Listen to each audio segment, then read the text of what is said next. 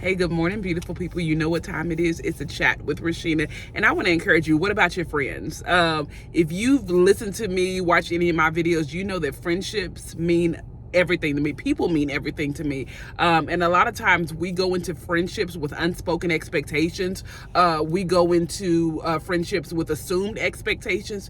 And then we find ourselves wanting, we find ourselves disappointed, we find ourselves hurt because we never verbalize what we need in that relationship. Just like any other relationship in our life, friendships takes intentionality, it takes consistency, and it even takes having hard conversations. So why do you think that God allowed us to be friends? Why are we friends? What value do I add to your life? Am I adding value to your life? When you're going through something, how do you want me to show up? When you're on the mountaintop, how do you want me to show up? These are questions that we need to ask. Like, how is your heart? All these different questions that we need to ask in our friendship. That makes it that much more intentional. That makes it that much more meaningful when we can sit down at the table and say, you know what, let's reevaluate our friendship. Let's make sure that iron is still sharpening iron, that I'm not trying or you're not trying to sharpen wet wood, and that we're no longer compatible as friends in this season. It's so critical because a lot of times we hold on to people because of tenure and we hold on to people because of nostalgia, but everybody can't go where you're going, and vice versa. You can't go where everybody else is going. Some people are in your life for a season, and I know that's hard to wrap our heads around, and I know sometimes that's hard for me to wrap my head around because I'm such a giver, such a lover, and such a nurturer of friendships, such a nurturer of genuine relationships, that sometimes letting go of people is hard. But I have understood and I have learned in my becoming that I have to be able to let people organically float out of my life, and that's okay.